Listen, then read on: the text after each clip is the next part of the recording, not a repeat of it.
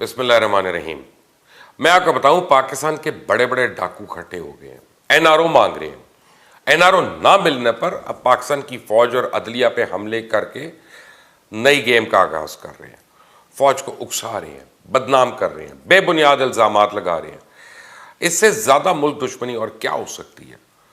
मजीद जानने से पहले आपने अगर अभी तक इस चैनल को सब्सक्राइब नहीं किया तो प्लीज़ कर लें, बेल आइकॉन को प्रेस कर लें ताकि ताज़ा तरीन अपडेट्स और नई वीडियोस आपको बर वक्त मिलती रहें। कल मरियम नवाज ने इस्लामाबाद हाई कोर्ट में एक पिटीशन दायर की और आज इसी केस की पेशी के बाद एक लंबी चौड़ी प्रेस कॉन्फ्रेंस करके वो काम करने की कोशिश की जो भारत की ख्वाहिश तो हो सकती है, बीजेपी, आरएसएस और हिंदुत्व के पुजारियों की ख्वाहिश तो हो सकती है, पर किसी मुहिब वतन पाकिस्तानी की कभी भी वो ख्वाहिश नहीं हो सकती। कल से लेकर आज तक मरियम नवाज जितना भी बोली उसने इदारों के खिलाफ जहर ही उगला। आप देखिएगा अनकरीब मरियम की इन्हीं कोशिशों की बदौलत तो भारतीय मीडिया की डार्लिंग बन जाएगी और यही वो सोच और एजेंडा है जो भारत डिसइंफो लैब के जरिए पूरा करने की तगोदौग में था। मरियम नवाज जो कहती थी और कहती है कि फौज और एजेंसीज को तनाज़ात और शकूक व शुबात से बालातर होना चाहिए, तो वो तो क्लियर है। हर पाकिस्तानी जानता है कि जिस फौज और एजेंसीज ने अफगानिस्तान के अंदर और 70 साल से भारत के दांत खट्टे किए हुए हैं, दुश्मन भी इसकी बात को मानता है। तनाज़ात और शक व शुबात का असल शिकार तो शुरू दिन से पहले दिन से खुद मरियम सफ्तर है। कब उसने सच बोला? हमेशा झूठ बोला, हमेशा गलत बयानी की। याद है ना आपको, कैलिब्री फॉन्ट, कतरी खत। वैसे भी करप्शन के पैसे पे पलने वाले मरियम से ऐसी ही हरकतों की उम्मीद है ना। जब हलाल ही ना खाया हो तो हलाल बोले कैसे इंसान कोई। सवाल यह है कि मरियम नवाज को साबिक जज शौकत अजीज सिद्दीकी जी की तकरीर, मरूम साबिक जज अरशद मलिक की वीडियो और दीगर चीज़ें अब क्यों याद आ रही हैं? ये तो 3 साल पुरानी बातें हैं। तो अब गड़े मुर्दे जिंदा करने की कोशिश में क्यों आई है? ये जनरल फैज हमीद को टारगेट नहीं कर रही है। दरअसल ये आईएसआई को ख़राब करने के चक्कर में है। फौज को बतौर इदारा ये साबित करने की कोशिश है कि वो सियासत में मुलव्विस है। हालांकि आसमान पे थूकने से थूक अपने ऊपर गिरता है और यही काम मरियम नवाज के साथ हो रहा है। ये जो आज मीडिया को तड़ियाँ लगा रही थी कि पूरी प्रेस कॉन्फ्रेंस चलाएं, तो मरियम बीवी दुनिया को याद है जब मरियम मीडिया सेल चलाती थी तो क्या गुल खिलाती थी। पाकिस्तान का मीडिया मुहिब वतन है, वो इदारों के और मुल्क के खिलाफ नहीं जा सकता। और रही बात इलेक्शन चोरी करने की, तो वो भी दुनिया को मालूम है कि इलेक्शन चोरी की लिस्ट बनाई जाए तो नून लीग ने टॉप करना है। इस हवाले से इनके काले करतूत सारी दुनिया जानती भी है, मानती भी है। मियाँ साहब की 2013 के इलेक्शन के रिजल्ट से पहले की तकरीर भी सबको याद है। असल दर्द और तकलीफ उनको ये है कि एहतसाब अदालत ने एवन फील्ड रेफरेंस में मियाँ नवाज शरीफ को 10 साल, मरियम को 7 साल, कैप्टन सफदर को 1 साल कैद और जुर्माने की सज़ा सुनाई। मलका जज्बात मरियम नवाज, याद रखो, जब आप अपने आइनी कानूनी इख्तियारात से तजावुज़ करते हैं, अपने ज़ाती मफाद के लिए इक़दाम करते हैं, तो फिर उंगली सिर्फ नहीं उठाई जाती, सज़ा भी दी जाती है। अफ़वाज पाकिस्तान मुल्क की ताकत है, हमारी ताकत है, कौम की ताकत है। पाकिस्तान का बच्चा बच्चा इस फौज का सिपाही है। यूँ आपके इल्ज़ामात और बेस हक़ाइक़ को तरोड़ मरोड़ कर पेश करने से फ़ौज के लिए मोहब्बत हमारे दिलों में कम नहीं हो सकती। मैं आपको बता दूं, जब इनसे पूछा जाता है कि अब्बा जी कहाँ हैं, कहते हैं लंदन में। अच्छा जी, आपके एक भाई कहाँ है? लंदन में। दूसरे भाई कहाँ है? लंदन में। बच्चे कहाँ हैं? लंदन में।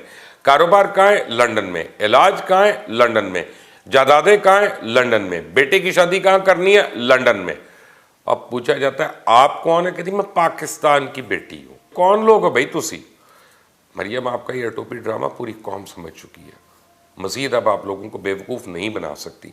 सच ये है कि बाप बेटी का बयानिया ही फौज मुखालिफ है, पाकिस्तान मुखालिफ है। बाप ने भी सारी ज़िंदगी भारत ही के गुन गाए, सारी ज़िंदगी जिंदाल से लेके मोदी से लेके राव रस्म पढ़ाए, कभी आम तो कभी साड़ियाँ। मरियम के पापी पापा ने हालिया अभी अफगानिस्तान वाले मामले में भी अल्हम्दुलिल्लाह मुहिब जैसे पाकिस्तान दुश्मन लोगों से ही मुलाकातें की। अफगान सफ़ीर की बेटी वाला मामला हो तो मरियम का बयान निकाल कर देख लें। कश्मीर में इलेक्शन हो, गिलगित बल्तिस्तान में इलेक्शन हो, मरियम के बयान निकाल कर देख लें।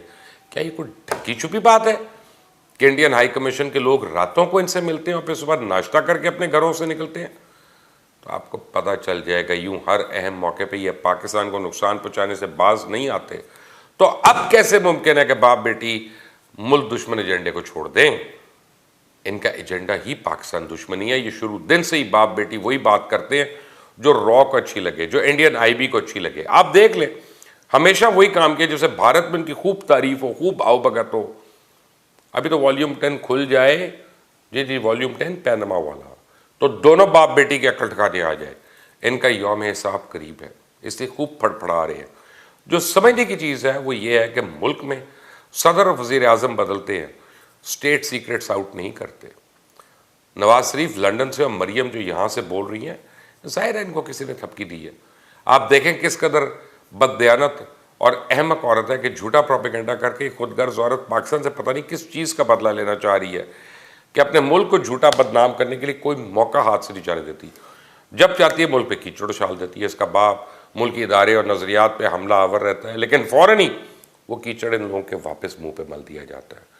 लेकिन रिटाई से फिर झूठ बोलने वालों को गुमराह करने के लिए तैयार हो जाते हैं, और ये शरीफ उसे ही सियासत कहते भी हैं और समझते भी हैं।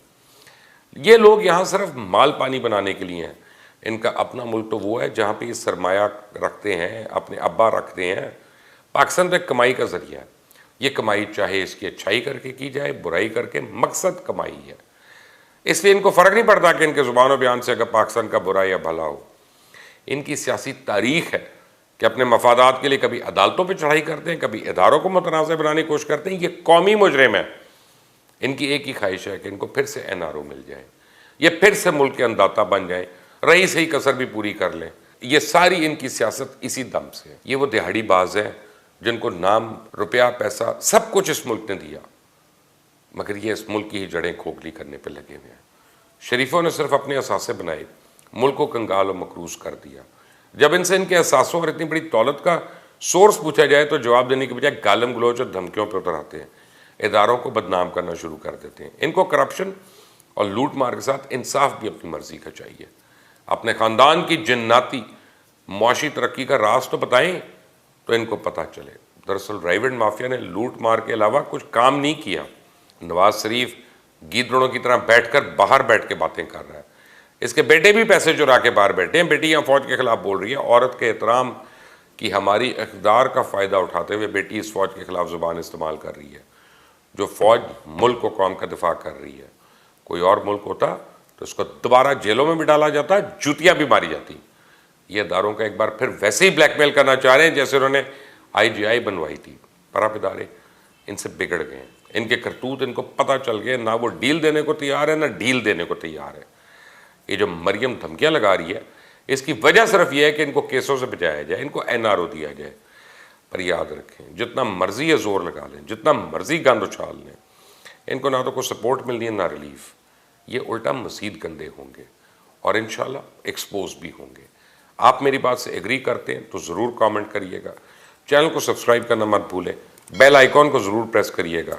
Until the next time, Allah.